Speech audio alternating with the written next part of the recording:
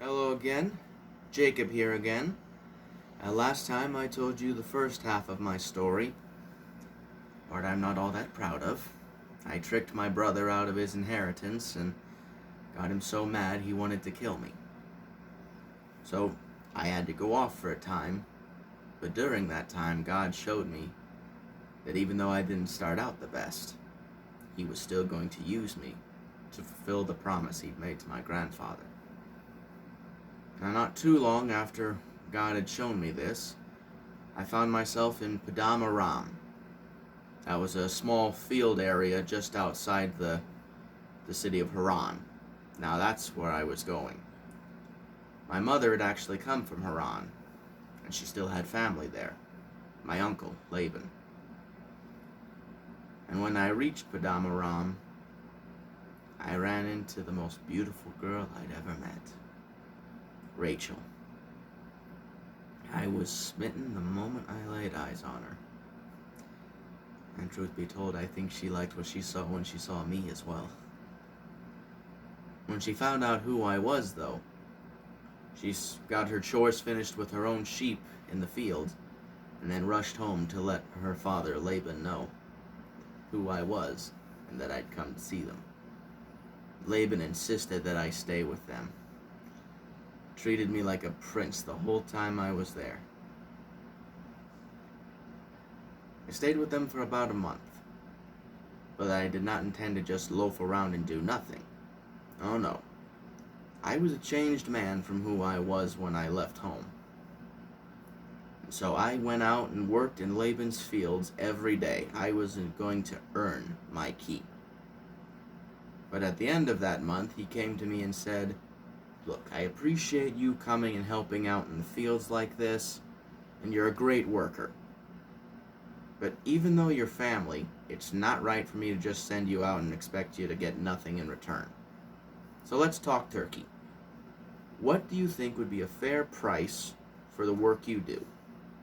Name it, and it's yours."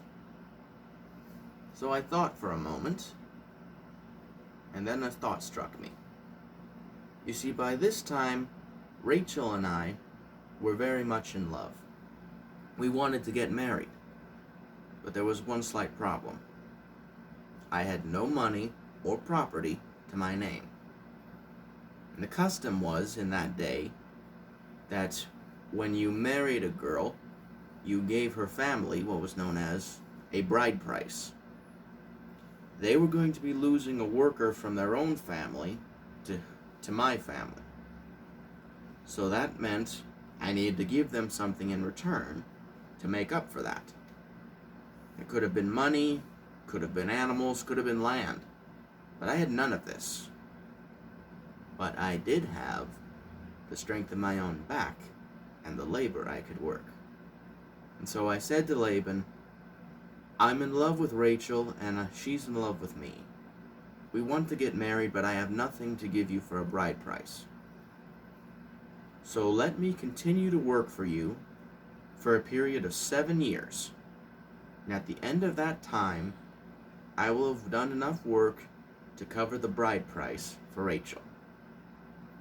Laban thought about that for a moment, and then he said, "Truth be told, I'd rather you marry her than somebody else anyways.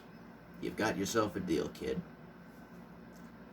So for 7 years I worked. I broke my back doing that work.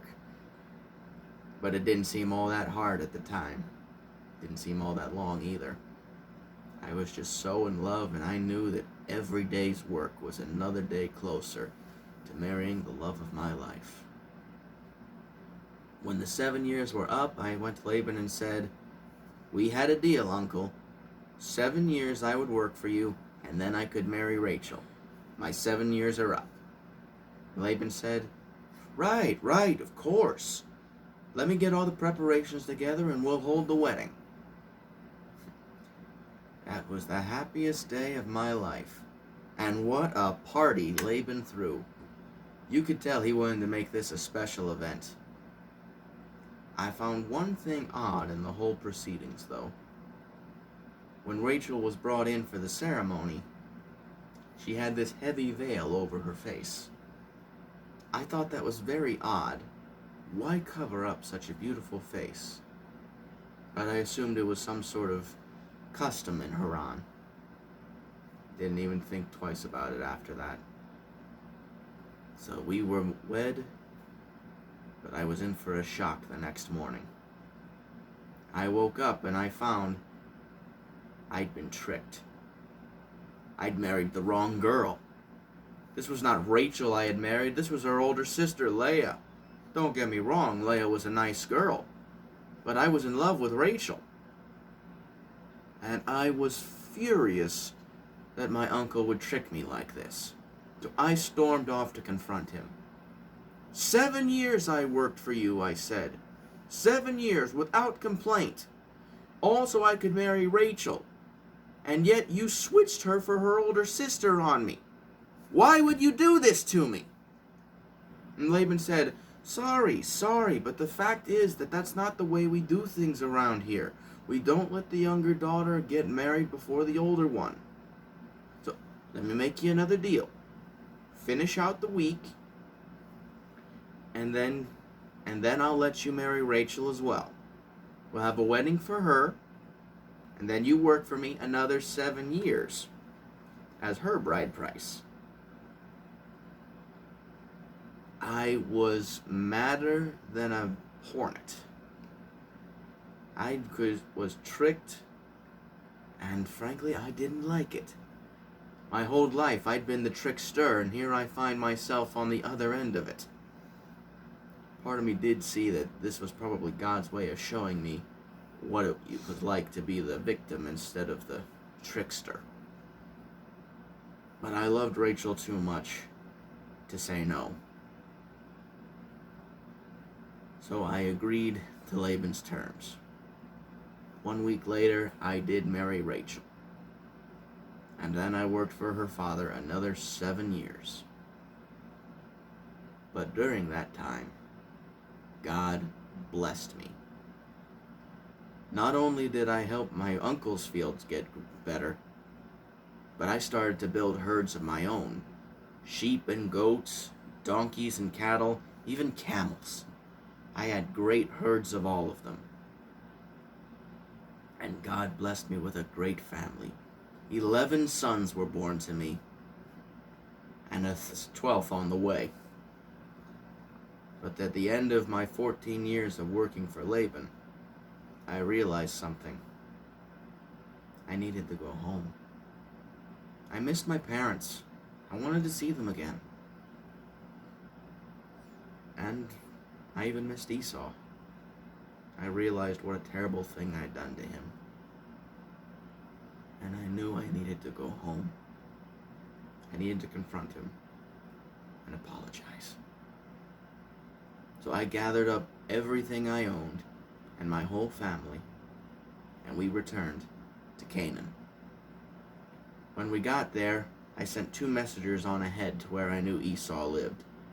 He'd done pretty good for himself since I'd left. He became a mercenary, a soldier for hire. He was so good at it, he'd even formed his own army. And he took over a region known as Edom. His family would rule that area for years to come.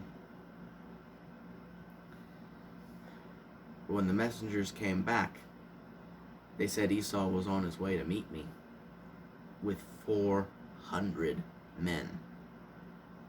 That's an army. When I heard Esau was on his way with that many people, I was sure he had every intention of coming to kill me and my family. I had to do something quick. So I went through every herd I had. I picked out all of the best animals in each one. And little by little, I sent them on ahead. First the goats, then the sheep, and so on and so forth. The idea was that as each herd came to my brother, and he was told that they were a gift for him, he'd be less angry with me. Then I took all the rest of my caravan and divided them into 2 groups. I had one group go ahead, and the second group, which had all of my family in it, stayed behind in the second. The idea was that if Esau did attack, Hopefully he would attack the front group, and the back group could escape. But I knew I still needed to do more. So as I sent both groups on ahead, I stayed put, so I could pray. As night came on and I was praying, a man approached me. A big man, dressed all in white.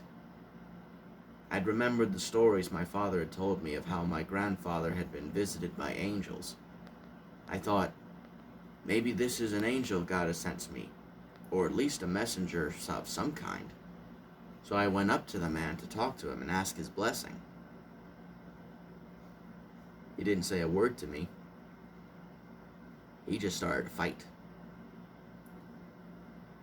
And we wrestled all night long. I wasn't the young wimp I'd used to be. My brother might have had all the muscle when we were kids, but I'd just spent 14 years working on a farm. You don't work that long on a farm without developing some muscle of your own. This guy found himself in for a fight. But even as we fought, I realized this was no ordinary person. So I didn't try to win this fight. I simply tried to cling to this guy as hard as I possibly could. I was not going to let him leave without getting a blessing from him. Finally, as dawn approached, he reached out and struck me on the hip. It struck so hard that my hip actually dislocated. I've had a bit of a limp ever since then. But still, I refused to let go. Finally, he said, "Let go already." And I said, "Not until you have blessed me." Then he asked my name. "It's Jacob," I said. And he replied, "Not any longer it isn't. From this day forth, you are Israel, for you have struggled with God and with men, and have overcome." Then he blessed me, and I let him go, realizing that this was no mere man, this wasn't even an angel I'd struggled with. God himself had come to test me, and he'd found me worthy. The next day I caught up with the caravan, and not too long after, Esau and his army appeared on the horizon. As they approached, I ran to the front of the caravan and threw myself at my brother's feet. He came over to me, looked down at me, raised up his hands, and then scooped me up in the biggest bear hug I've ever had. Turns out, he'd forgiven me years ago. He was just happy to have his brother back. He even tried to return the gifts I'd sent ahead to him. He said, "I've got plenty of animals on my own. Keep what God has given you." But I said to him, "No. I was terrible to you when we were kids. I wronged you in the worst possible way. Please, if nothing else, take these as an apology, or at least a start of one, so that we can be brothers again." How could he say no to that? And that's more or less where my story ends. God would continue to use my family for a long time to come.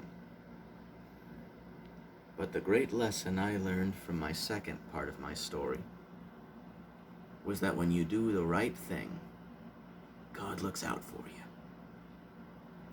I did what God asked me to do. I returned to Canaan to confront my brother. And God had softened my brother's heart for me because I obeyed him.